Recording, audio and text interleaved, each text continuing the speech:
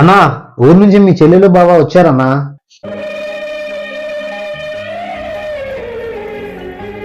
అన్నయ్య అన్నయ్య రాఖీ కడదామని వచ్చాను.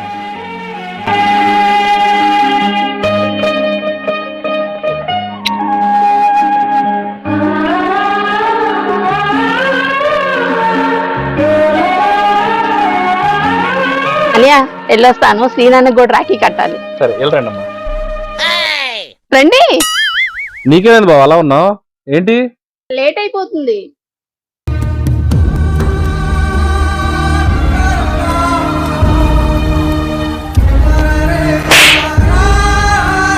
బావా నీ మనసులో ఏముందో ఈ బామ్మతికి తెలియదు అనుకున్నావా? చుట్టాలెవరు నాకే లేరంట, హృదయం మాత్రం నాదే, ఊపిరి కాదా తనదే, నా నేస్తం కోసం ప్రాణాలైనా ఇస్తా